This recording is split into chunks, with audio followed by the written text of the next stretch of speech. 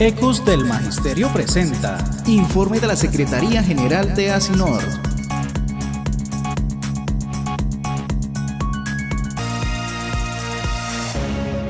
Quienes están en la mesa principal de Asinor Radio Digital, pero sobre todo para los y las maestras que en esta mañana de sábado nos están viendo, nos están escuchando en cada uno de sus hogares. En primer lugar, pues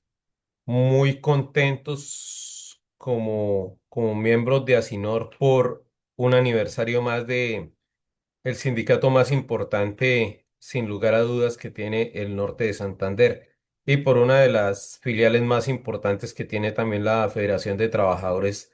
de la Educación. Son 67 años de lucha, 67 años de historia, de victorias, quizás también de fallas porque es una organización humana, pero que como toda organización, sin lugar a dudas, ha tenido su avance, está más viva que nunca, está más vigente que nunca, con más de 10.000 afiliados, con unas instalaciones a lo largo y ancho del departamento que no tienen nada que envidiar a instalaciones de organizaciones sindicales de capitales y departamentos que tienen mayor peso a nivel nacional desde el punto de vista económico. Eh, un saludo para quienes han sido dirigentes y dirigentes de Asinor a lo largo de estos 67 años y han mantenido a esta organización en la vanguardia de la lucha por los derechos de los trabajadores y defensa de la educación pública en el norte de Santander. Ese sería el primer elemento. Un segundo elemento, pues en estos últimos días hemos conocido por los medios de comunicación, por las redes sociales, mucha información pues acerca de lo que ocurre con la salud del magisterio, de la fiduprevisora en particular. Conocimos esta semana unas medidas cautelares por parte de la Superintendencia de Salud y esperamos pues que estas medidas vayan en el marco de que el sistema de salud del magisterio, el modelo de salud para el magisterio funcione lo mejor posible, se corrijan las fallas que evidentemente tiene y que ha presentado a lo largo de su implementación después del 1 de mayo de 2024 para que redunden en mejor calidad de atención para los maestros. También que el manejo administrativo, financiero, contable tenga una mejoría para que no se comprometan los recursos del Fondo de Prestaciones del Magisterio como una de las grandes conquistas que se tuvo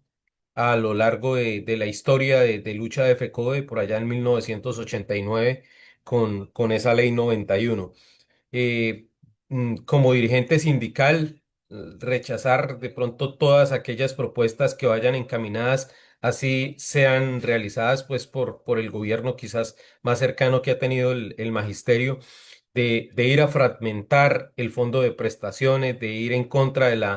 la ley 91 de 1989 y que nuestras cesantías vayan a parar por allá en el Fondo Nacional del Ahorro, nuestras pensiones en Colpensiones y de pronto nosotros terminemos en atención médica en red pública. Y lo digo no como una crítica a una administración nacional que de pronto tiene puntos en los que es muy plausible la labor que realiza, pero en este punto sí es un tanto preocupante, dado lo que se vivió en una intervención realizada el año pasado en Bucaramanga y de cierta manera ratificada en el Consejo de Ministros de hace unos pocos días. Viene, como ya lo anunciaron los compañeros que me antecedieron, una Junta Nacional de FECODE que tiene muchísima trascendencia en ese marco. Esperamos que ahí se tomen las decisiones necesarias, las decisiones más sabias y también el clamor de las bases que han pedido desde hace rato, pues una movilización nacional con respecto a esta temática de salud.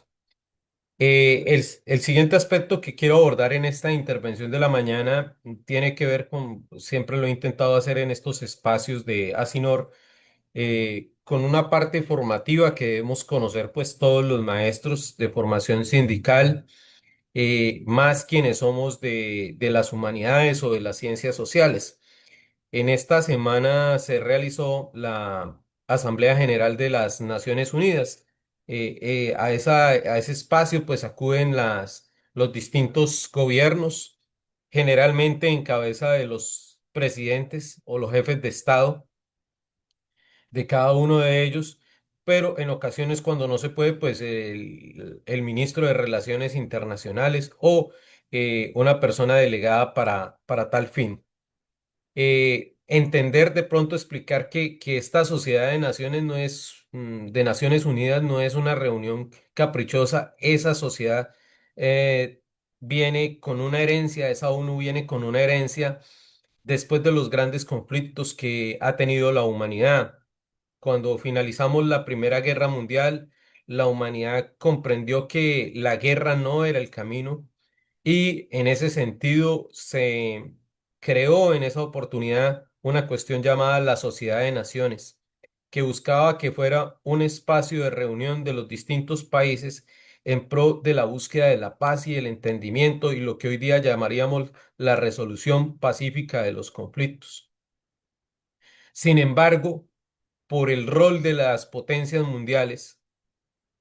eh, después de esa Primera Guerra Mundial, el surgimiento de regímenes totalitarios en Europa, el fascismo, el nazismo, el falangismo, incluso en Japón, un nacionalismo autoritario,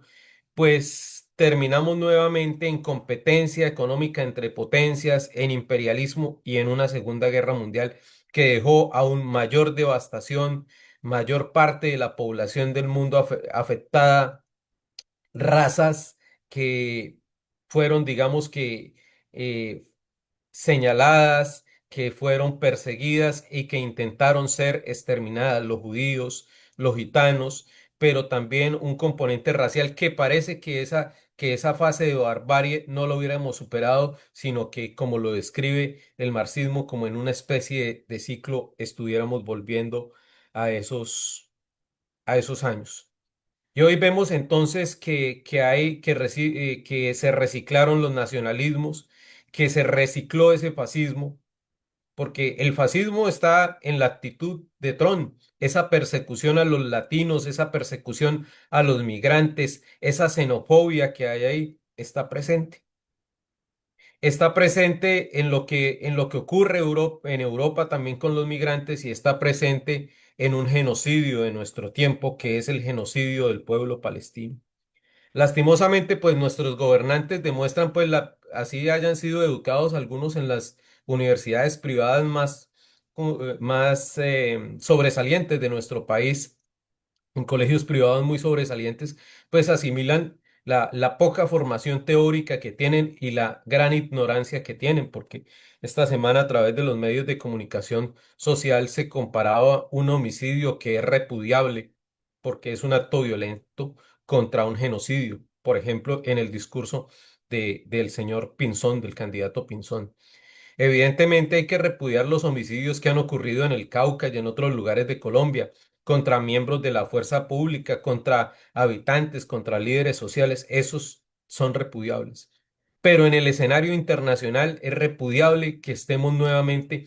en las manos casi del fascismo, estemos hablando de limpiezas étnico, de limpiezas raciales, de limpiezas ideológicas al interior de los distintos estados nación que componen el mundo, y entonces vemos que existe un genocidio en Palestina. Un genocidio en Palestina que muchos compatriotas lastimosamente no conocen porque no tienen formación en geopolítica, no tienen formación en política y menos en geografía. Entonces los terminan reduciendo a un escenario de adoctrinamiento religioso. Y entonces igualamos aquí Israel porque los israelitas están en la Sagrada Escritura, el pueblo de Israel que no tiene mucho que ver, ¿sí? El pueblo de Israel que viene del Antiguo Testamento, que no tiene mucho que ver realmente con el Estado-Nación de Israel, que se creó después de la Segunda Guerra Mundial. Así históricamente hubiese estado ligado en el pasado a los territorios que hoy día ocupa. Y que en ese momento se pensó después de la Segunda Guerra Mundial porque existía un odio hacia los judíos y no solamente de los nazis, los europeos también, en otros países europeos también sentían odio por los judíos, se pensó traerlos al Canadá, se pensó incluso en Argentina para crear como esa nueva, ese nuevo Estado-nación para estas personas, pero se llevaron a Palestina. Inicialmente, esa población palestina que es musulmana, los aceptó. Pero poco a poco se comenzó a dar un fenómeno que no es religioso, es político y es ideológico y se llama el sionismo. Y entonces con ese sionismo se da un regreso de judíos que estaban en otros lugares del mundo y comienzan a invadir los asentamientos donde vivían los palestinos, comienzan a tumbarle sus casas. Y podríamos, no traje el mapa, pero podría verse como ese mapa de Palestina desde el año 67 en adelante comienza a convertirse cada vez en un estado más pequeño, en una nación más pequeña, porque no ha tenido el reconocimiento por los vetos que existen en las Naciones Unidas. Es decir, las Naciones Unidas es muy importante, pero lastimosamente las Naciones Unidas están controladas por las naciones más poderosas del mundo, ya que hay unos estados que vetan lo que ocurre en las Naciones Unidas según les favorece o les desfavorece como los Estados Unidos. Entonces, sí hay que reconocer en este momento la posición asumida por Colombia en las Naciones Unidas fue una posición muy importante, una posición digna y de apoyo a ese pueblo palestino que en este momento lo están matando. Van cerca de 70.000 muertos en Palestina, muchos de ellos niños, muchos de esos muertos también mujeres y ancianos, porque las bombas no eligen si matan exclusivamente a integrantes de Hamas o de otras organizaciones que existen allá alzadas en armas. Por supuesto que es repudiable lo que ocurrió el año pasado con el secuestro de ciudadanos israelíes, repudiable, pero no puede justificar que ese secuestro lleve a la persecución, asesinato y arrasamiento de un pueblo completo como Palestina. Cuando se iba a Gaza dicen que hay que desocupar toda Gaza, o sea, hacer tabla rasa en ese territorio y esos asentamientos van a ser entonces controlados por los sionistas como el señor Netanyahu. Benjamín Netanyahu en este momento no puede pisar muchos países porque ya está perseguido por la justicia internacional. Sin embargo, esto sigue, digamos, que con el visto bueno de los Estados Unidos mira a quién sanciona y a quién no sanciona según sus intereses. Entonces, es traumático que los Estados Unidos se opongan a la creación del Estado Nación Palestino con reconocimiento en las Naciones Unidas, pero a la par esté vetando sanciones contra el gobierno del señor Benjamín Netanyahu. Eh, Esto, digamos que esta posición asumida es una posición que yo creo que nunca había tenido Colombia. Colombia ha tenido en las Naciones Unidas actuaciones muy vergonzantes. Colombia en su momento estaba en el Consejo de Seguridad, hay unos miembros permanentes que son esas grandes potencias mundiales y unos miembros que están rotándose. En algún momento Colombia estuvo presidiendo el Consejo de Seguridad de las Naciones Unidas y Colombia en esa presidencia lo que hizo fue avalar la invasión de Irak. Entonces pasamos realmente un hecho bochornoso a nivel de las Naciones Unidas. Eso no se nota mucho en Colombia porque la ignorancia en los temas geopolíticos es muy grande. Pero también en discursos anteriores, alguno de los presidentes, el presidente anterior, fue en su discurso de Naciones Unidas a hablar de los siete enanitos, un discurso también que generó muchísima vergüenza. Recordar entonces que los estados-nación modernos surgen por allá en el siglo XV, en el siglo XVI. Entonces no podemos decir que históricamente el estado-nación de Jesucristo es el Israel actual. Y el pueblo de Dios, si nos atenemos, son todos los que creen en Cristo, todos los cristianos, no necesariamente los israelíes, que muchos de ellos son judíos, es decir, creyentes hasta el Antiguo Testamento, no del Nuevo Testamento. Y decirle también a quienes nos escuchan que hay una buena porción de líderes del judaísmo que están en contra de esta invasión contra Palestina y con todo lo que está ocurriendo allá, que lastimosamente son acallados porque el sionismo es muy poderoso dentro de Israel e incluso aún más dentro de los Estados Unidos porque son gente muy poderosa en el campo económico, en el campo político e incluso en el campo militar, en lo que se podría llamar en los Estados Unidos los halcones, es decir, quienes promueven la guerra.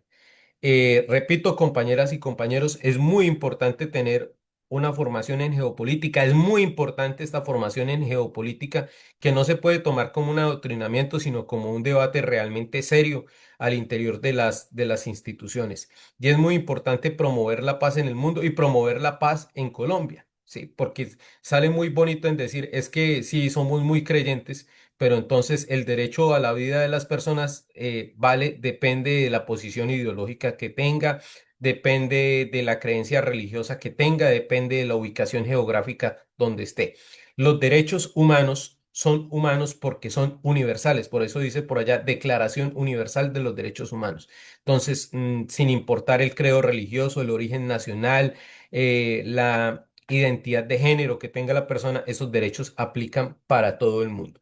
Finalizo con lo siguiente, compañeros. Nuevamente invitarlos los miércoles en la noche. Está abierto el espacio cultural de La Batucada. Están trabajando muy bien con el profesor René Ortega, varios compañeros y compañeras. Ahí hay todavía cupos para quienes quieran unirse y participar en este espacio que ofrece Asinor para la cultura, para el arte y también para ir